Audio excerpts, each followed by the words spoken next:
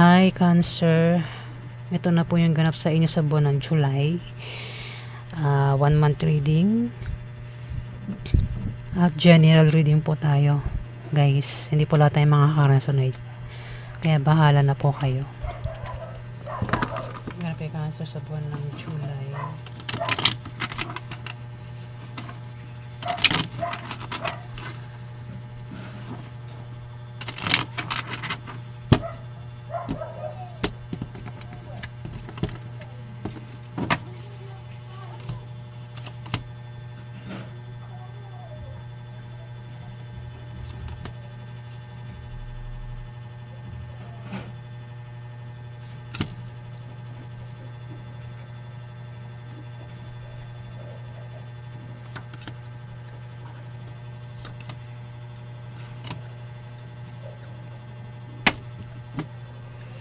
Cancer. May tao dito ang magkakapera.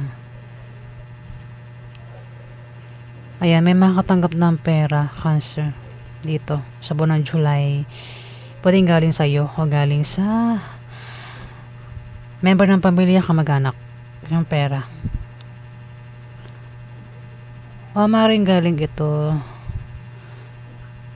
sa taong pwedeng galing sa ex, taong mahal sa buhay taong pwedeng galing sa asawa o ex, third party. Yung pera, may manloloko dito. May tao ring dahil may panlolokong mangyayari, may papayuhan dito, Cancer, sa buwan ng July. At may taong galit, pwede nagsiselos. Ano pang dahilan ng galit na? Basta may taong galit. Mukhang ikaw nga itong galit, Cancer. Huwag maitang ulo. Ay, nagbabalak ka, natitem ka, may plano ka. Pero mag-ingat, baka mahuli ka, Cancer. Pwede may stress ka rin sa buwan ng July.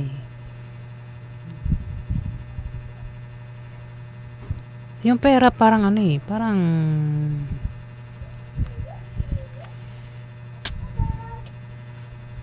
galing sa panloloko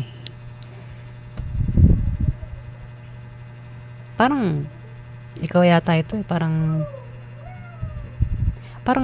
may loloko, manloloko ang taong to para magkapera sa buwan ng July, Cancer. Pwede ikaw, hindi man ikaw may bata rito na maaaring kilala mo, Cancer.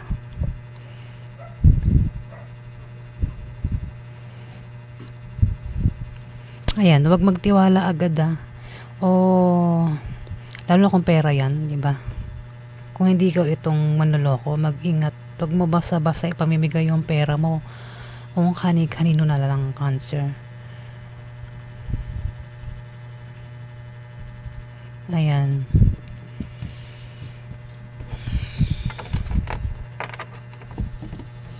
Nalamin po natin. Napaganap kay Cancer sa buwan ng July.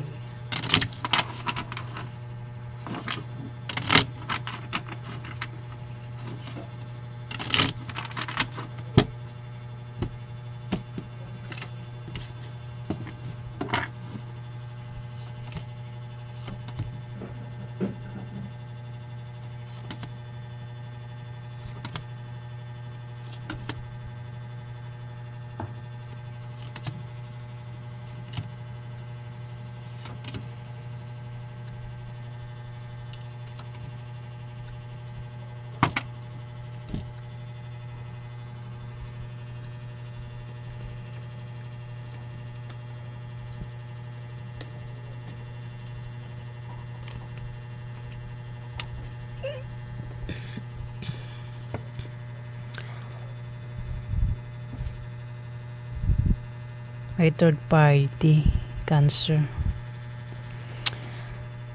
Meron kang third party. Lalaki. Mukhang isa kang babaeng, Cancer.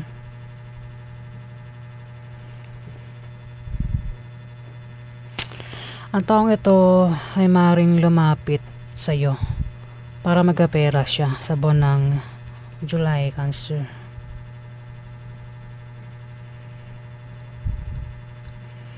Pero may tao dito yung ano eh, parang naiinggit siya o maring humadlang ito, humadlang sa ano sa third party Cancer.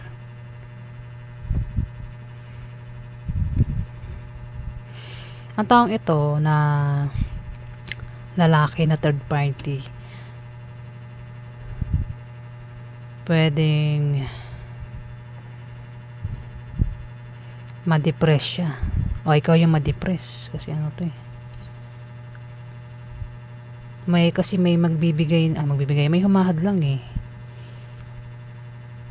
para hindi mangyari itong kagustuhan niya at maring ma-depress siya Cancer. Ex mo nga siya, ex mo o maring ito ay manliligaw mo Cancer. Pwede rin baka asawa mo.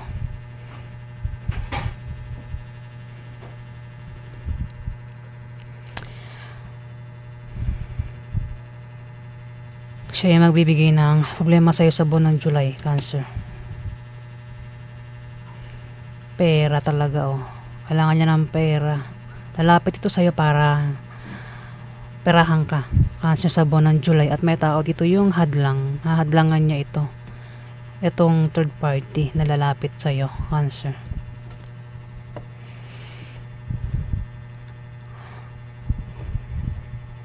Ayan. Third party, mukhang third party mo o ex mo, bahala ka na sa buhay mo kung sino, ikaw nakakalap mo sino yan. Alamin pa natin. Nakalagay kasi sa buwan ng July.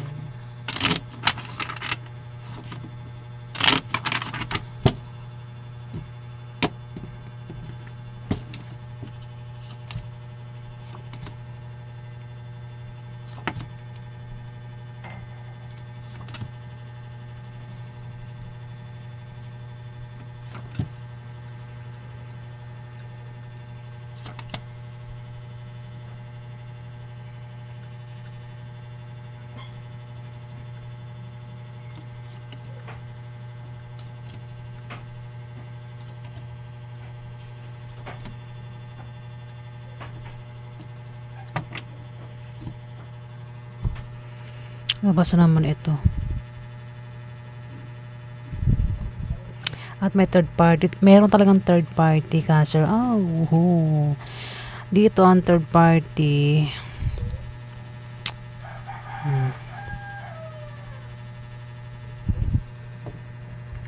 Pwedeng mangutang. Hingihan ka ng pera Cancer sa buwan ng July. Poproblemahin mo ang taong ito. Ayun, magta-travel ang third party papunta sa'yo Cancer. Pwede magkaroon ng away sa buwan ng July. Ayan o, pwede magkaroon ng away ha. Pwede mapaaway is makaaway niya ay eto. O, ikaw yung makaaway niya Cancer.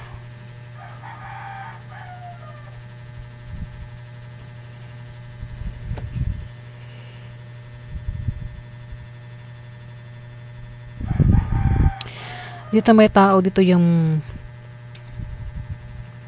bata ito sa'yo Ang taong ito Cancer ay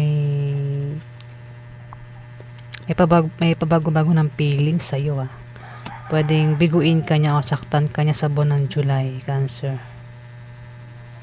Kung hindi man ikaw ang biguin niya o sasaktan niya, kilala mo ang taong ito na maring biguin niya o saktan niya sa buwan ng July. Pwedeng hindian niya. Kumbaga kung lalapit ito at may kailangan sa kanya, pwedeng hindi niya pagbigyan.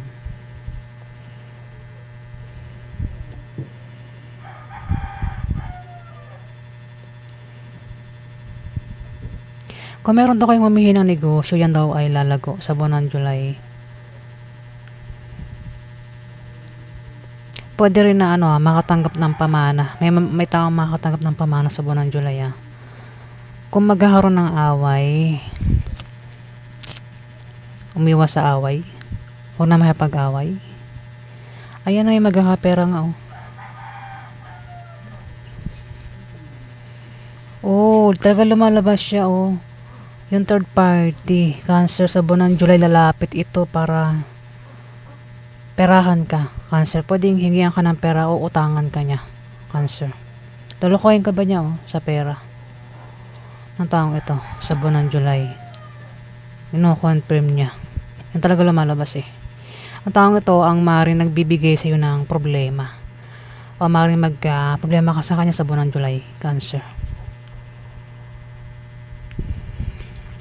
O, ayan yung ganap sa inyo, Cancer. Meron kang makakadil na Libra, Aquarius, Gemini, Scorpio, Pisces, Cancer, Capricorn, Virgo, Taurus. So, ayan po ang ganap sa inyo. Maraming salamat po.